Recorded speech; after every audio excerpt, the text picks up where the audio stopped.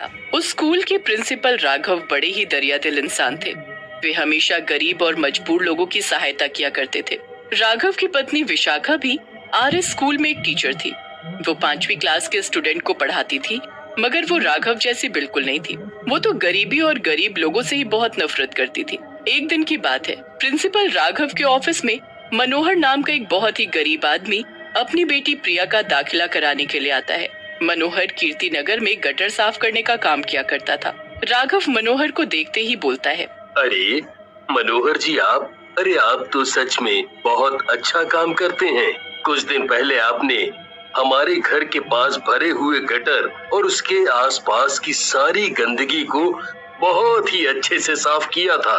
और ये आपके साथ आपकी बेटी प्रिया है ना? जी साहब। प्रिंसिपल साहब, आप सच में बहुत ही अच्छे इंसान हैं। साहब, आप सच में मेरी प्रिया का दाखिला अपने स्कूल में करा देंगे? मनोहर, तुम हमारी कॉलोनी में सालों से काम करते हो और बहुत ही नेक दिल भी हो, और मैं जानता हूँ कि तुम अपनी बेटी को बड़े स्कूल में पढ़ाना चाहते हो, पर गरीबी के कारण उसे स्कूल नहीं भेज पा रहे हो। इसीलिए मैं चाहता हूँ कि प्रिया भी स्कूल आए और मन लगाकर पढ़ाई करे, और तुम्हें फीस की चिंता करने की बिल्कुल जरूरत नहीं है। राघव की बात से मनोहर और प्रिया बहुत खुश होते हैं। प्रिंसिपल सर, क्या कल से मैं आपके स्कूल में पढ़ने के लिए आ सकती हूँ? बिल्कुल आ सकती हो। फिर क्या था, अगले ही दिन से प्रिया खुशी खुशी स्कूल आती है और अपनी क्लास में सबसे आगे की सीट पर जाकर बैठ जाती है। कुछ ही देर में विशाखा टीचर भी क्लास में आती है और प्रिया को देखकर बोलती है, तुम तो मनोहर की बेटी प्रिया हो? हाँ, अब एक गटर साफ करने वाले की बेटी हमारे स्कूल में पढ़ेगी? हो ना हो, जरूर राघव ने इसका एडमिशन अपने स्कूल में किया होगा। मैं अभी जाकर उससे बात करती हूँ। विशाखा गुस्से से प्रिंसिपल के ऑफिस जाती है। राघव, ये सब क्या है? अरे तुमने उस गटर साफ करने वाले की बेटी का एडमिशन अपने स्कूल में करा दिया। तुम जानते हो ना कि हमारे स्कूल में सभी स्टूडेंट्स कितने नामी घरों से बिलोंग करते हैं। विशाखा, क्या गटर साफ करने वाले की बेटी को बड़े स्कूल में पढ़ने का कोई हक नहीं है? मैं जानता हूँ उसके पिता गरीब हैं और गटर साफ करते हैं, इसीलिए तुम्हें उसकी बेटी से प्रॉब्लम है। आप तो बस सभी गरीबों की सहायता करते रहो और सारा पैसा उन पर लुटाते रहो। ऐसा बोलकर विशाखा गुस्से में वहाँ से चली जाती है और अपनी क्लास में जाकर प्रिया से बोलती है, प्रिया, अपना बैग उठाओ और सबसे पीछे की सीट पर जाकर बैठो, और अगर गलती से भी आगे की सीट पर बैठी ना, तो मैं तुम्हारा वो हाल करूंगी कि तुमने कभी अपने सपने में भी नहीं सोचा होगा। मुझे तो तुम्हारे अंदर से गटर की गंदी स्मेल आ रही है। लंच में प्रिया पानी पीने के लिए जाती है तो उसकी क्लास के बच्चे प्रिया को चिढ़ाने लगते हैं। अरे दोस्तों, इस प्रिया से दूर ही रहना, इसमें से तो गटर की स्मेल आ रही है। फिर वहाँ खड़े सभी बच्चे जोर जोर से हंसने लगते हैं कि तभी चिराग प्रिया को धक्का देकर फर्श पर गिरा देता है। तुमने मुझे धक्का दिया और मुझे गंदा बोला? रुको, मैं तुम सभी को अभी मजा चखाती हूँ। ऐसा बोलकर प्रिया चिराग और मीनाक्षी दोनों को धक्का देकर फर्श पर गिरा देती है। इतने में विशाखा टीचर आती है। देखो ना टीचर जी, इस प्रिया ने हम दोनों को धक्का देकर गिरा दिया। नहीं मैम, ये चिराग झूठ बोलता है, पहले इसी ने मुझे धक्का दिया। बस बस, मुझे तुम्हारी सफाई नहीं सुननी। एक तो मुझे तुम बिल्कुल पसंद नहीं हो, ऊपर से मेरी क्लास के बच्चों को मारने पीटने भी लगी हो। आज पूरा दिन क्लास के बाहर कान पकड़कर खड़ी रहना, यही तुम्हारी पनिशमेंट है। प्रिया क्लास के बाहर कान पकड़कर खड़ी होती है कि तभी प्रिंसिपल सर वहाँ आते हैं और प्रिया से बोलते हैं, अरे प्रिया, ये क्या तुम्हें पनिशमेंट मिली है? देखिए ना प्रिंसिपल सर, मेरी कोई गलती भी नहीं थी, फिर भी मैम ने मुझे पनिशमेंट दे दी। विशाखा मैम तो मुझसे इतनी नफरत करती है कि गलती किसी की भी हो पर पनिशमेंट मुझे ही देती है। हर छोटी छोटी बात पर मुझे डांटती रहती है।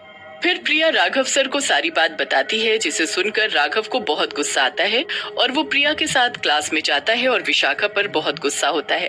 विशाखा मैम, मुझे आपसे ये उम्मीद नहीं थी। प्रिया की गलती भी नहीं थी और आपने उसे पनिशमेंट दे दी। उसके फादर गरीब हैं, गटर साफ करते हैं, इसलिए आप उससे इतनी नफरत करती हैं। ऐसा बर्ताव तो कोई जानवर से भी ना करे। फिर ये तो इंसान है। आगे से आप प्रिया को या किसी भी बच्चे को ऐसी पनिशमेंट नहीं देंगी, ओके? ऐसा बोलकर सर अपने ऑफिस में चले जाते हैं। उनके जाते ही विशाखा को बहुत गुस्सा आता है और वो मन में बड़बड़ाते हुए बोलती है, आज इस गटर साफ करने वाली की बेटी के लिए राघव ने मुझे इतना सुनाया। इस लड़की को तो मैं छोड़ूंगी। अगले ही दिन क्लास में चिराग और मीनाक्षी आपस में धीरे धीरे बातें कर रहे होते हैं।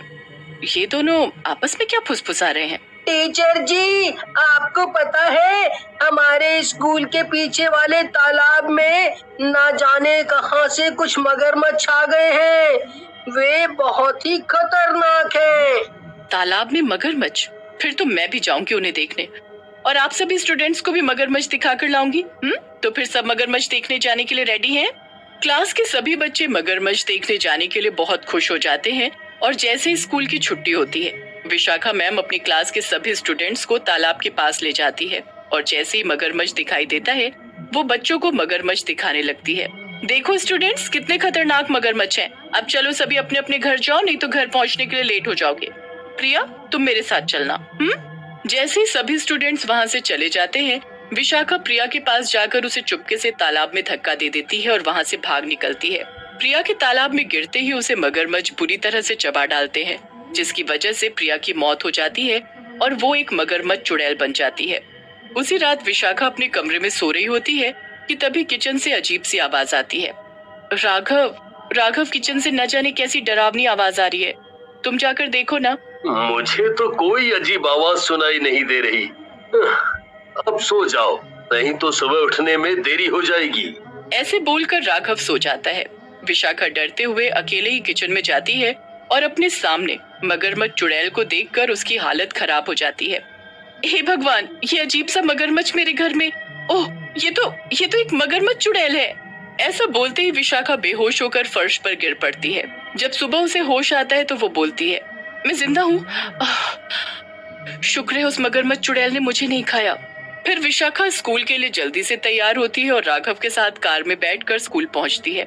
कुछ देर बाद राघव विशाखा की क्लास में आता है और बोलता है, आज प्रिया स्कूल नहीं आई है। हो सकता है उसकी तबीयत ठीक ना हो, इसलिए वो स्कूल नहीं आई हो। मुझे तो लगता है कि कल तुमने प्रिया को कुछ ज्यादा ही डांट दिया, इसीलिए तुम्हारे डर से वो आज स्कूल नहीं आई है। ऐसा बोलकर राघव अपने ऑफिस में चला जाता है कि तभी विशाखा को क्लास के अंदर एक मगरमच्छ आता दिखाई देता है। विशाखा मैम उस मगरमच्छ को देखकर बहुत डर जाती है। विशाखा मैम मगरमच्छ को चुड़ैल के रूप में देखकर काफी डर जाती है और जोर जोर से चिल्लाने लगती है, हे भगवान, ये मगरमच्छ चुड़ैल मेरी क्लास में भी आ गई। अरे कोई तो मुझे इससे बचाओ, इस चुड़ैल से बचाओ, नहीं तो ये मुझे चबा डालेगी। विशाखा मैम को ऐसे चिल्लाते देख सभी बच्चे हैरान हो जाते हैं, क्योंकि विशाखा मैम के अलावा किसी को वो मगरमच्छ चुड़ैल दिखाई नहीं देती है। कुछ देर में वो मगरमच्छ चुड़ैल गायब हो जाती है। मगरमच्छ चुड़ैल के डर से विशाखा मैम पसीने पसीने हो जाती है और वो घबराती हुई वॉशरूम में जाती है।